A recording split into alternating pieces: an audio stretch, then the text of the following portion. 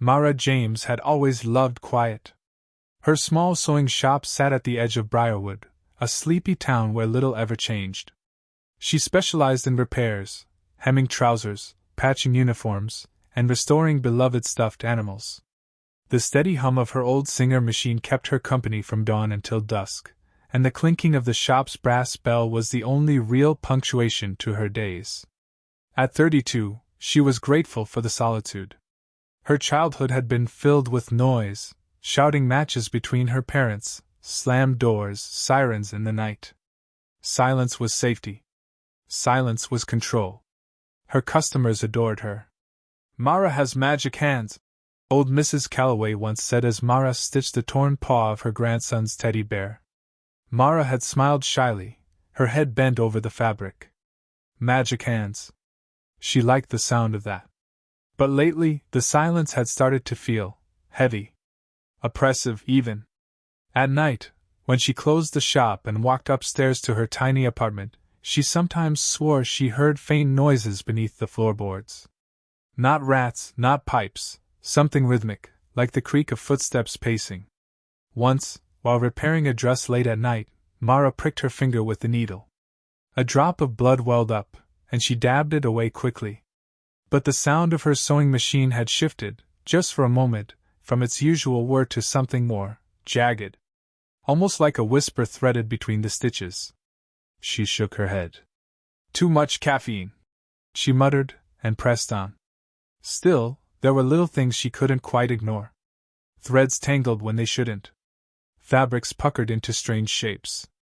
Once, while working on a customer's jacket, she found stitches she didn't remember making, tight, uneven ones, crisscrossing the inside of the lining. When she tugged at them, the jacket seemed to sigh. Mara laughed it off, but she stopped working that night and went to bed early. Yet sleep brought no relief. In her dream, she was sewing as usual. Except the fabric beneath her hands wasn't cloth, it was skin. Pale, waxy skin, and with each stitch, the thing on the table twitched. She tried to scream, but her lips were sewn shut. She woke gasping, her hands clutching at her mouth. It was intact. Just a dream. But when she glanced toward her sewing table, she froze. The jacket she'd left there was sitting upright in the chair, sleeves limp, collar tilted toward her, as if watching. Mara told herself it was exhaustion. Running a shop alone wore on anyone. She kept the jacket folded away in a back cupboard, but the feeling of being watched didn't leave her. The bell above the shop door would sometimes jingle with no one there. Customers occasionally wrinkled their noses and asked if she smelled burned fabric, or something sour. And the dreams kept coming. Always sewing. Always flesh. Always that soft, unbearable silence as though the world was holding its breath. One afternoon, a boy named Thomas came in clutching his stuffed rabbit, ears frayed, eye missing. Mara knelt to reassure him. "Don't worry. I'll make her good as new." The boy shook his head firmly. "Not her. Him. He talks to me." Mara blinked. "Talks to you?" Thomas nodded. "At night. He says he wants to stay together. Stitched forever." Mara's stomach tightened. She forced a smile for the boy's mother, who seemed embarrassed, and promised to fix the toy. That evening, Mara sat alone at her worktable, the rabbit in her lap. She threaded her needle, but as soon as it pierced the cloth, she heard it, a faint hiss. Like air escaping. Her hand froze. The rabbit's torn mouth seemed wider than before. Stretched. As though trying to speak. She dropped it, heart racing, and the whisper came again, not from the toy, but from the machine itself. "Stitch. Stitch. Stitch." Mara stumbled back, knocking over her chair. The room felt suddenly colder, her breath visible in the air. The whispering grew louder, overlapping, hundreds of voices tangled together. They seemed to come from the walls, the floor, the very fabric of the shop. "Stitch us. Bind us. Silence keeps us whole." Mara fled upstairs, slamming her apartment door shut. She sat in the dark, trembling, trying to convince herself she was losing her mind. But just before dawn, she crept back downstairs. On her sewing table lay the rabbit, perfectly repaired, seams neat, button-eye replaced. She hadn't touched it. By the next week, Mara avoided the sewing table altogether. Orders piled up. Customers grew impatient. She barely ate, barely slept. Every sound in the shop set her teeth on edge. But she couldn't escape it.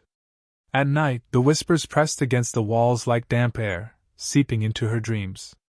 On the 5th night, she woke to find threads crisscrossing her bedroom floor. Red, blue, white, black, all woven into strange, tangled patterns that pulsed faintly in the dark.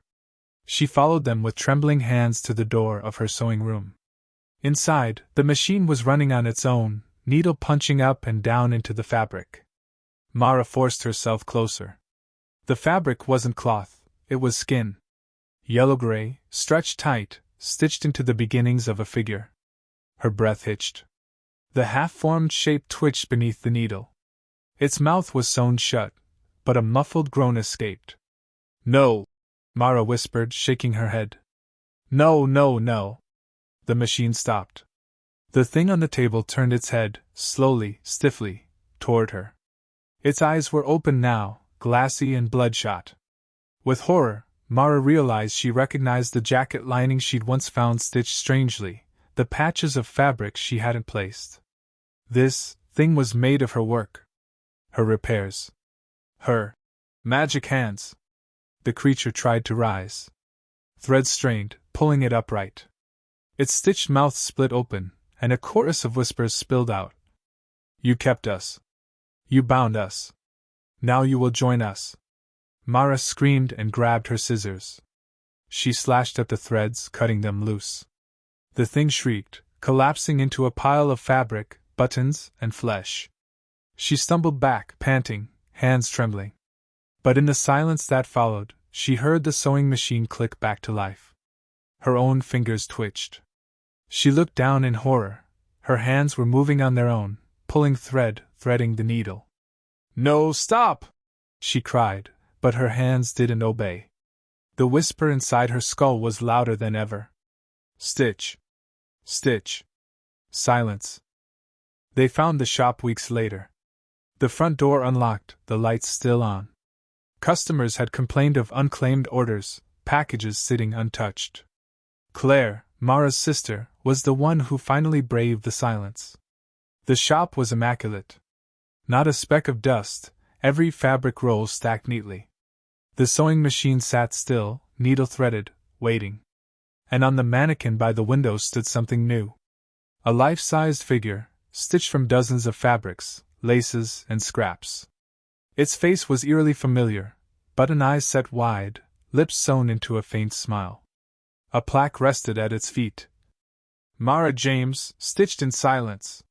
Claire backed away, tears filling her eyes. She called Mara's name, voice trembling. For a moment, she swore the figure's head turned, just slightly.